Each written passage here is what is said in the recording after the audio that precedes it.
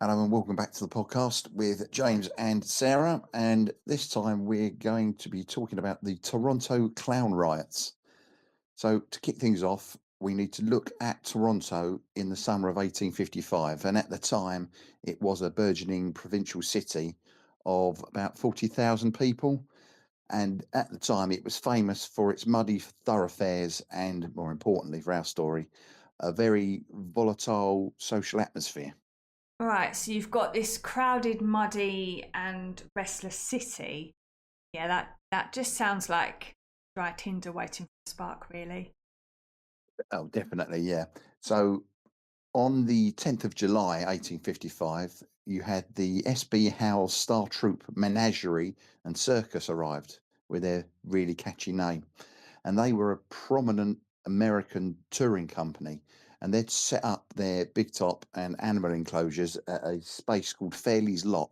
And that was right near the intersection of Front and Scott Streets. Obviously, I have no idea where they are because I don't know Toronto in the slightest. No, neither do I. But I can imagine a circus arriving back then would be quite a big event, and I bet the locals they must have been desperate for that kind of entertainment. Yeah, I think it tells you what the world was like when people were desperate for entertainment from a circus because nobody's Yeah, desperate for it now. But no. yes, they were hungry for it. Um, but the real trouble, as we're going to get to, starts 2 days later on the evening of the 12th. So after the day's performances, in inverted commas, a group of circus personnel, specifically the clowns, head out for some recreation, again in inverted commas, at a Mm, local tavern and bawdy house, which was run by this woman called Mary Ann Armstrong. a baldy house. A Yeah, bawdy house. bal- that sounds like the sort of place where things could go downhill very fast. So what Yeah. kinds of people would you get at these places? So it was at the time it was a known haunt for the city's working class men, and that included members of the local firefighting brigades.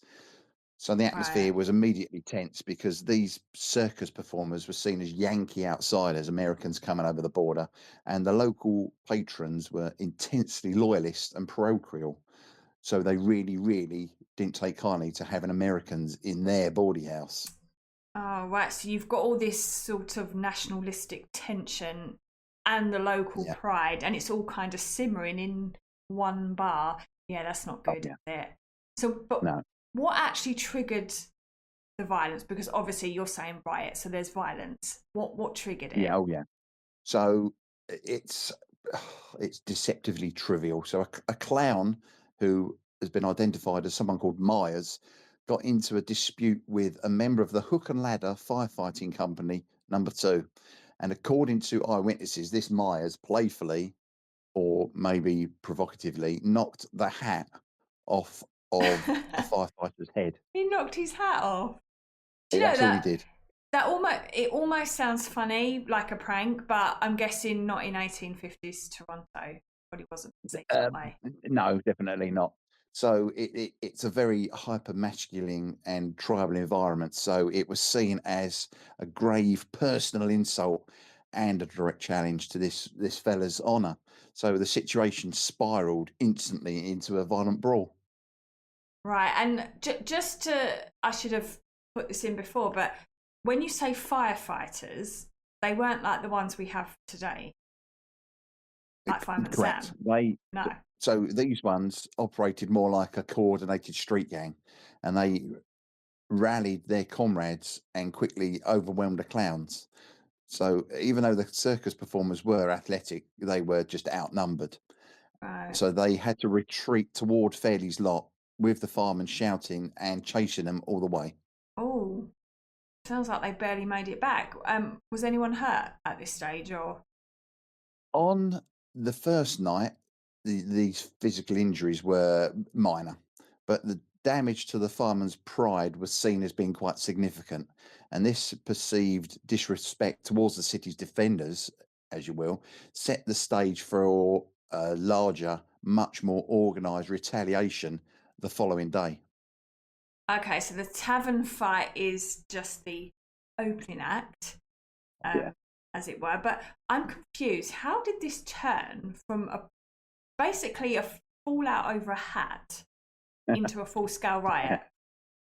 So to be answering that, we have to look beyond the bar stools and at the very soul of the city at the time. So Toronto in Sounds deep. 1855 was a place defined by very deep sectarian lines and dominated by a single massive force, which is known as the Orange Order. Oh, yeah, I've heard of them actually. But how much Yeah, power did they actually have over a city of what, 40,000 people, I think you said? 40,000 people. Yeah, they Yeah, had immense power because they were like a Protestant fraternal organisation that right. effectively controlled the local government and emergency services. And Okay, they fostered a fierce loyalist identity that was openly hostile to anyone they saw as an outsider, right. especially Americans or those who were Roman Catholic. So I guess our circus performers fit that outsider profile perfectly. You're spot on, yeah. So being American Yankees, the troop were viewed with an inherent suspicion and seen as a threat to that rigid social order that the Orange Lodges had maintained. Right, so these firemen from the night before, they weren't just angry drinkers, they were actually part of this whole power structure. Definitely, yeah. So back then, firefighting brigades like Hook and Ladder Company 2 functioned more like competitive, semi-militant social clubs Right, than the public servants we think of today. So membership was a point of intense pride and almost always overlapped with the Orange Order. And these men were notorious brawlers who frequently fought rival brigades for the right to extinguish fires. And they operated with total impunity because of their political connections. right, okay. So by knocking off the hat, which sounds funny, Yeah, Myers wasn't just starting a bar fight, he was accidentally picking a fight with one of the most powerful groups in the city. correct. Right, oh So dear. yeah, absolutely spot on. And the local police offered no protection because they were an extension of that tribalism.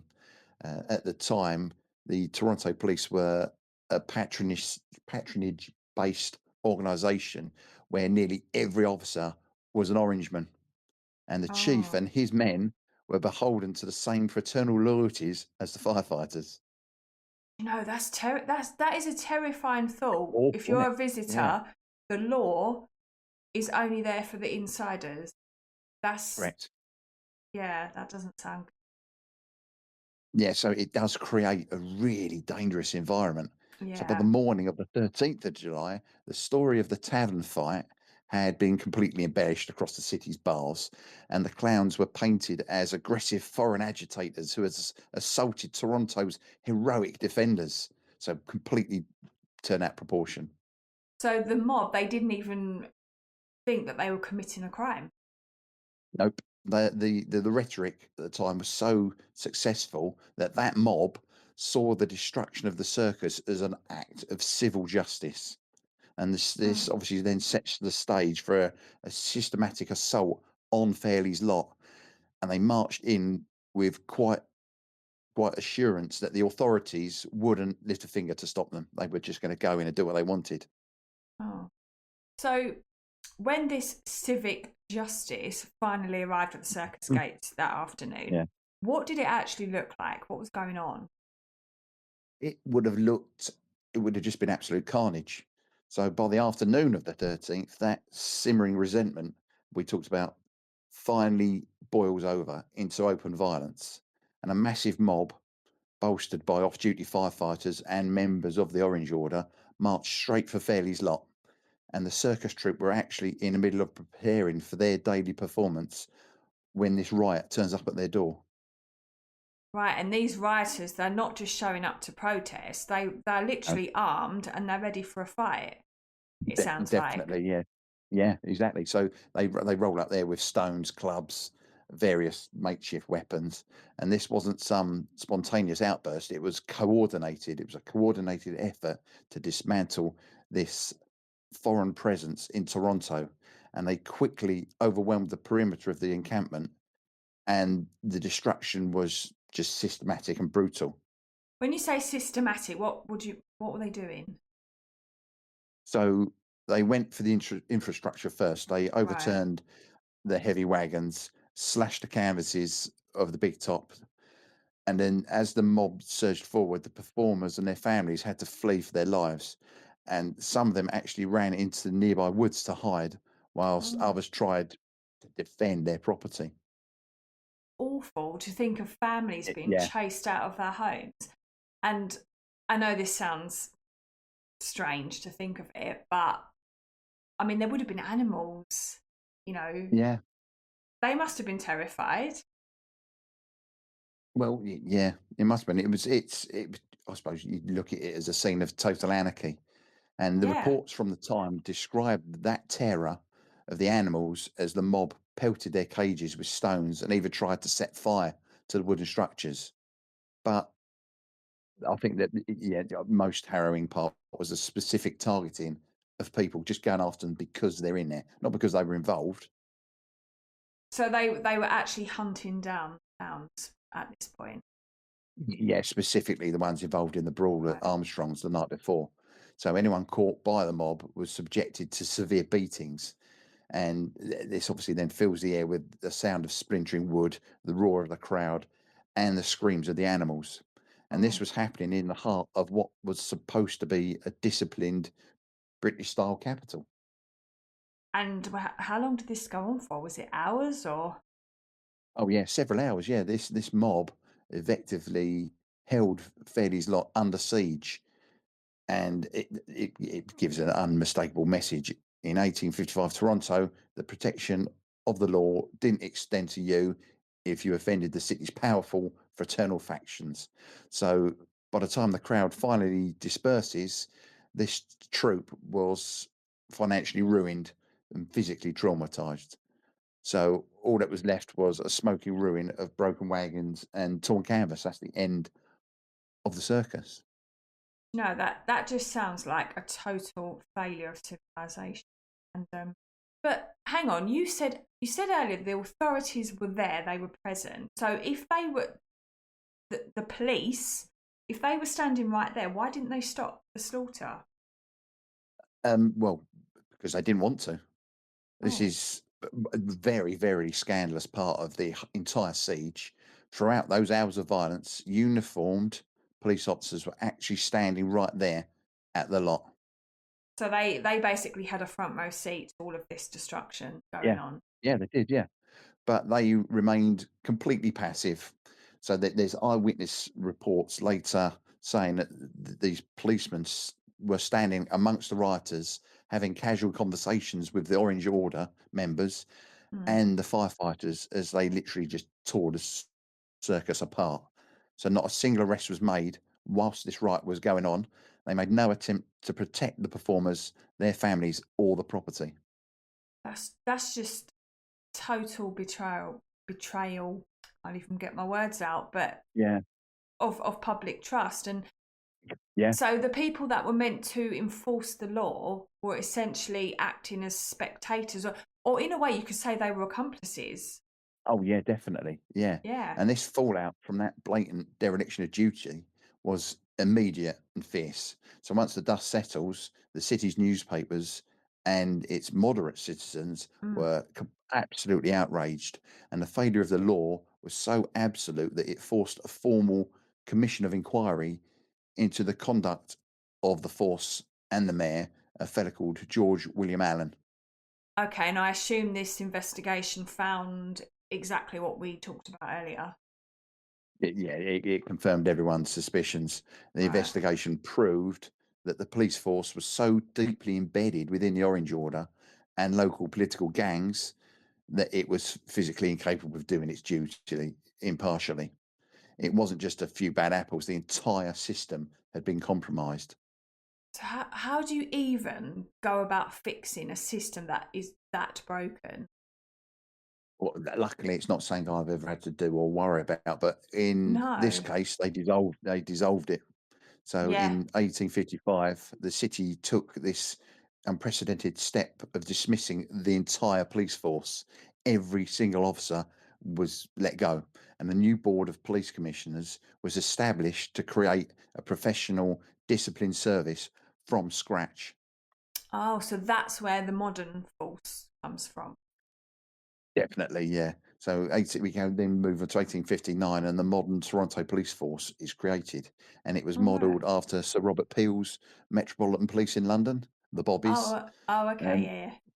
yeah, so this new force was designed to be politically neutral, wearing standard uniforms and adhering to a strict code of conduct, specifically to prevent the kind of sectarian bias that allowed the clowns to be hunted down in 1855.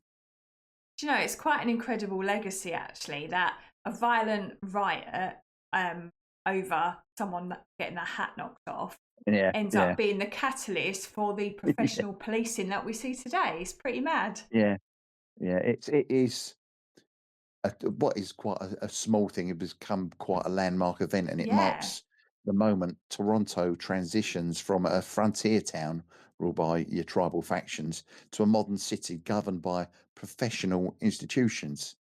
Mm. And the SB Howe's Star Troop, never came back. But Oh, they're yeah, what they went through changed Canadian urban history. And the day the clowns were hunted was ironically the day Toronto decided it finally needed a law that served the public rather than just your fraternal interests. wow. Well, Yeah, a dark chapter, but quite a vital one, I think, for understanding the city. So thank you for bringing the details of this event to light. It's interesting. a pleasure. Yeah, a pleasure. Thank you all for listening.